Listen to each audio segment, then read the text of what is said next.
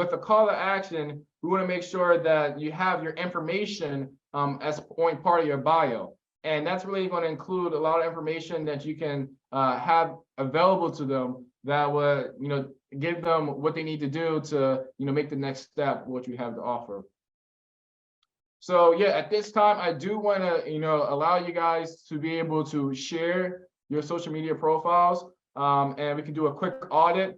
And something to keep in mind, when we go through this, like keep in mind of like, what's your dominant personality style. For those who weren't part of like the first sessions or past few sessions that which you covered the DISC assessment with the DISC personality types, again, is based off like, are you a dominant type personality? In terms of like, how do you, make your decisions? In terms of I, like that stands for influential. So like, are you someone who is more kind of like someone who likes to spread information and really be in that part of the scene? Are you an S? And S is more of stability is really important to those type of people, and in a supportive space. And then a C is when it comes to like conscientiousness, in terms of like, they have a preference over a lot of data type stuff. So again, if you can go back your participant workbook and bring up your DISC personality type, that's one thing that we want to, again, be mindful of, or how we, come across on social media. And also when you talk about like your social media page, specify your content niche, like what area are you focusing on? And what value are you providing to that niche? So if you can also talk about that, the value that you're giving. And the value is, again, the reasons why you're creating content. Is it really to educate? Again, is it to entertain? Is it to like, provide some sort of emotional value, some sort of support? Like that's what the value that you're looking to give off. And it can be any distinguishing, unique feature that you are providing to your tribe as well, as a content creator. Also want to understand, like, in terms of posting styles, like what's your growth content looking like? What's your promotional content looking like? What content style have you been practicing? Have you been working on? And have you been creating all the reels, a lot of more narrative posts? Have you doing more imagery? Is that creating a lot of more engagement and listening, positive responses for you? And in terms of authority content, like, how are you come across as an authoritative figure, someone with subject matter expertise in your niche? And what posting style are you using to convey that? We want to understand that as well. And then posting calendar, right? So like, we talked about that a few times. Again, like, we had a case study in which I'm using it for, my social media page, in which we're just looking to post 3 to 5 times a week. What's your posting calendar look like? Are you looking to do 3, 4, 5, or it can be less than that or more than that, depending on your KPIs, right? And how much you have in your content inventory. And what are you looking to do more of and what are you looking to do less of? So if you guys can, want to get more feedback and you have an idea, we're just going to, like, again, take this time right now and we're just going to be sharing some profiles and just doing a quick audit. All right, so. Okay, Eric, he's had his hand up for a while. I don't know if it's for an audit or a question, but I'll go ahead and have you unmute yourself. Good evening, family. It's actually for the audit. Okay. All right, perfect. All right. My social media, should I put it in the chat box or?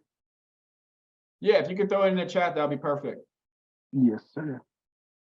And also for anybody who has put their social media in the chat, please raise your hand so we can know who you are and we could call on you. All right, so there's both of my social medias there. The main one is the first one. The second one was, so my niche is actually Black history. Oh, let me come on camera. I just got situated. So my niche is Black history. I have one of the world's largest traveling Black history collections. I got over 15,000 pieces of original Black history artifacts. So what I tend to do is to make sure, one, that I'm sharing information, but also it's edutaining is what I consider. It's education and entertainment. So that's kind of my area. What was the other question? I want to make sure I'm hitting everything he asked for.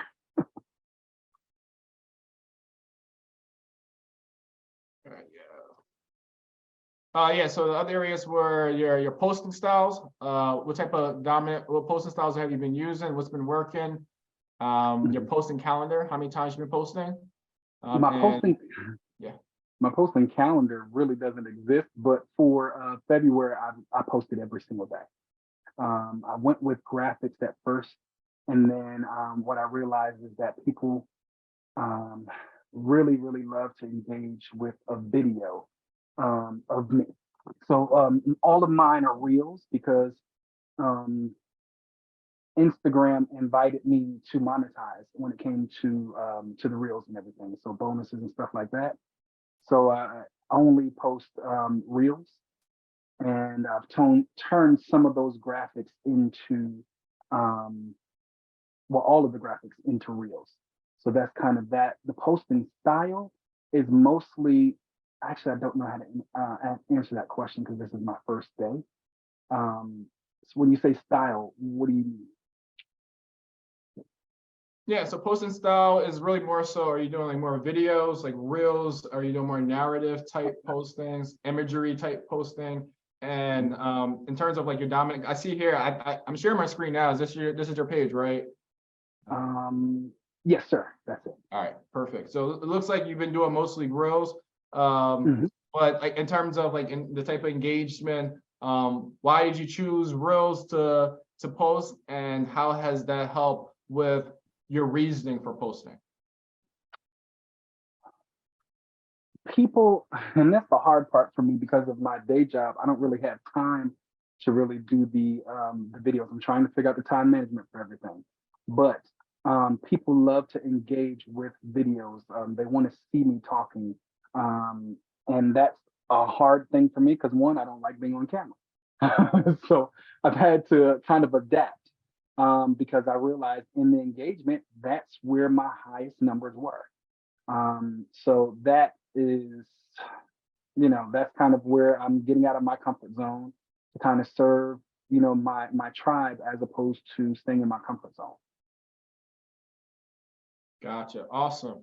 Now, I just have one more question, and then we're going to go to the next person. So your call to action, right?